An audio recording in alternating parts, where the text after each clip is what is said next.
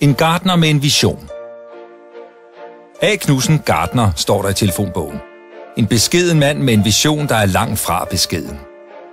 Inspireret af indkøbscentrene i Amerika, England og Tyskland, planlægger gartner Knudsen i starten af 60'erne Danmarks største private byggeprojekt. Et indkøbscenter med navnet Rødovre Centrum. Gartneren tænker stort, og planerne for centret tryllebinder borgerne. Kommunen er fremsynet og bakker op om projektet.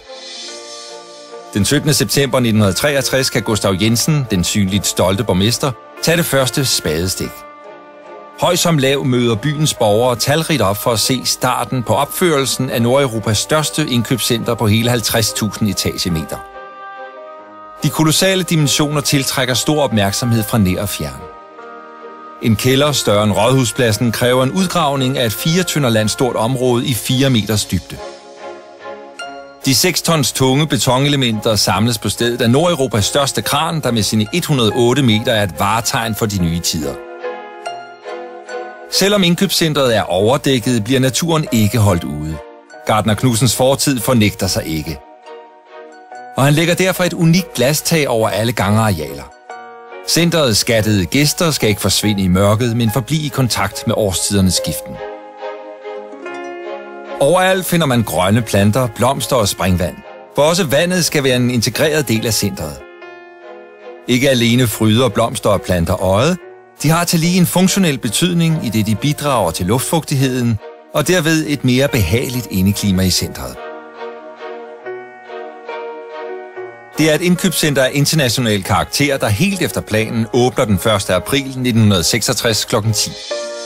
Men det er også en ny bydel, og det skal snart vise sig, at byen byder den nye bydel velkommen. Åbningsdagen bliver et tilløbsstykke.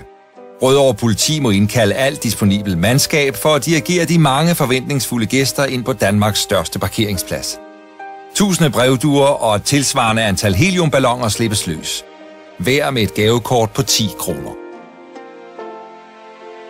Succesen er i hus. De første år bliver fejret med maner. På dagen tiltrækker særligt en lille pige på bare 1 år stor opmærksomhed. Hun er nemlig det første barn, som er bragt til verden på centrets moderne fødeklinik. Alle fejrer gartner Knudsens initiativ og virkelyst. Han startede sit gartneri med 7.000 kroner på lommen. Og selvom han i året 1967 ejer et center, der har kostet over 120 millioner danske kroner at bygge, er det hverken steget ham eller familien til hovedet. Og han går fortsat til konen 1 gang om ugen for at få sine 100 kroner i lommepenge. Rødovre Centrum står aldrig stille.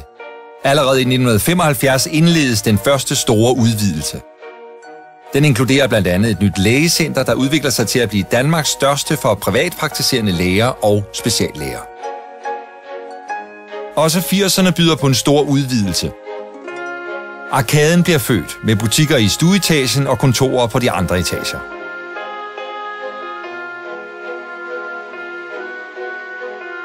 Som 83-årig vælger den populære Åge Knudsen at træde tilbage efter 24 år på posten som formand for centret.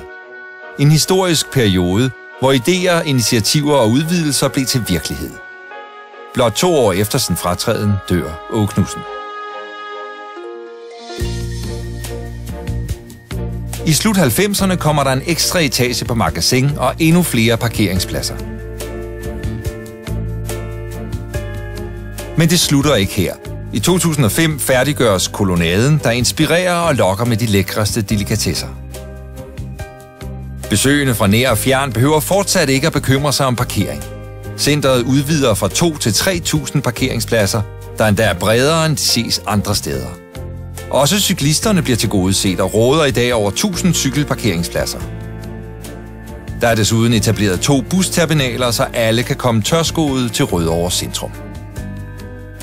Rødovre Centrum er stadig Danmarks eneste familieejede indkøbscenter.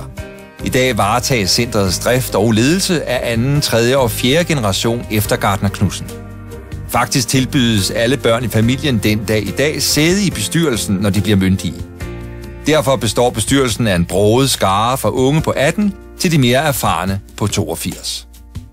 Men det er et af familiens grundprincipper, at man lytter til både unge og ældre, så man også for fremtiden sikrer et center for hele familien. Og så vender bladet til i dag. Mandag den 18. juni 2012 kl. 12 tages det første spadestik til endnu en tilbygning. Borgmesteren, bygherren, arkitekter og borgere er igen samlet for at fejre det nye tiltag. En stor tilbygning er undervejs, fordi kunderne i dag ønsker mere af et indkøbscenter end gode shoppemuligheder. Mange tager gerne en længere køretur, hvis de kan få den kvalitet, de efterspørger. De ønsker stadig alt under en hat, som sloganet var i 66, men nu også med afslapning, fitness og underholdning. Derfor udvider Rødovre Centrum nu med en topmoderne biograf. Vel at mærke ikke en identitetsløs biografkæde, men derimod den ultimative biograf, specialudviklet til Rødovre Centrum. 5 sale, billedkvalitet og lyd uden sidestykke i Danmark, stole med en komfort og ekstra plads mellem rækkerne, som man ikke oplever andre steder. Der bliver også plads til et moderne fitnesscenter med alt, hvad det indebærer. Desuden kommer der flere restauranter og nye spændende butikker, så enhver smag altid kan opfyldes. Rødovre Centrum sætter endnu en gang nye standarder og følger med kundernes behov for de bedste indkøbsmuligheder og oplevelser. Da grundstenen til Rødovre Centrum blev lagt, var det nok de færreste, der forestillede sig, at Gartner Knudsens tanker for et moderne storcenter et halvt århundrede senere førte til flere kåringer som årets center af kunderne. Det er nemlig nogle gange godt, når historien gentager sig. Nye generationer, nye visioner, men altid med kunden i fokus. Rotunden åbner torsdag den 29. august 2013 kl. 10. Velkommen.